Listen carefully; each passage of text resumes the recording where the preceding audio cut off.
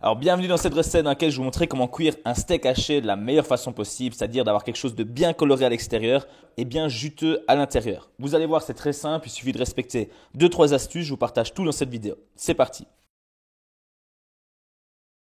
Alors pour réaliser une bonne cuisson d'un steak haché, vous aurez besoin évidemment du steak haché, du sel et du poivre pour l'assaisonnement, un filet d'huile d'olive et une petite noix de beurre pour la cuisson. Évidemment une poêle, je vous mets un lien juste ici, vous pouvez trouver les mêmes, elles sont nickel pour réussir toutes vos cuissons. Alors la toute première étape pour bien réussir une cuisson d'un steak haché, ça va être tout simplement de bien faire monter en température votre poêle. Ne mettez pas trop vite votre viande dedans. On veut vraiment saisir la viande pour faire une belle coloration. Donc pour ça, il faut que votre poêle soit déjà très chaude avant même de mettre la viande.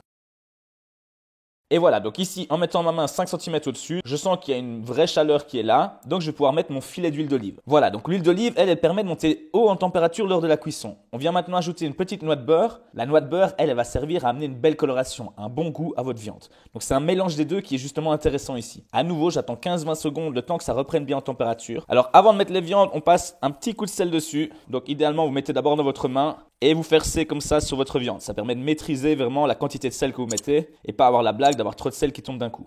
Idéalement, on assaisonne les deux côtés. Et le poivre, moi personnellement, je préfère le mettre après la cuisson pour éviter qu'il ne brûle dans la poêle. Donc là, ma poêle est bien chaude, ma viande est assaisonnée. On peut la positionner dans la poêle.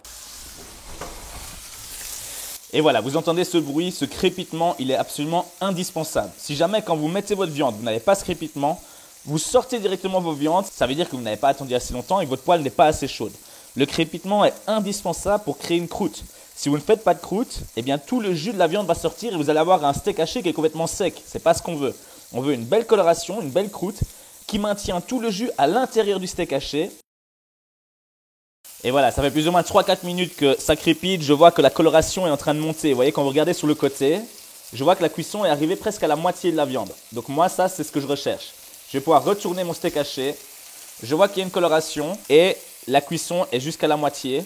Donc ça veut dire que lorsque je vais faire la cuisson de l'autre côté, eh bien, je vais venir finaliser cette cuisson. Pareil pour mon autre steak haché, je le retourne. Une belle coloration, bien craya, c'est tout ce qu'on aime. À ce stade-ci, comme je sais que je ne vais plus recuire mon steak haché de ce côté-là, eh bien, je viens déjà assaisonner avec un petit peu de poivre noir. Toujours prendre le poivre noir, il y a plus de goût, c'est moins piquant. Bref, je vous recommande toujours le poivre noir. Alors, petite astuce, si vous voulez faire un cheeseburger avec votre steak haché, je vous invite à venir poser déjà maintenant le fromage ici au-dessus. Si vous posez déjà le fromage dessus maintenant, eh bien comme la viande est bien chaude et toujours dans la poêle, le fromage va déjà fondre un petit peu dessus, ça permettra d'avoir un résultat parfait. Et voilà, ça fait de nouveau 3-4 minutes que j'ai attendu de l'autre côté. Donc vous voyez, ma cuisson est bien montée également, ça s'est terminé. Les deux côtés sont bien colorés. On peut donc sortir nos steaks hachés du feu. Et voilà, donc comme vous voyez, c'est très simple de réussir un steak haché. Dernière petite astuce, si vous en avez à la maison, je vous invite à toujours avoir un petit pot de fleur de sel. Vous en disposez un tout petit peu au-dessus. Ça permettra de relever le goût et d'avoir ce petit côté, ce petit peps qu'on cherche dans la bouche.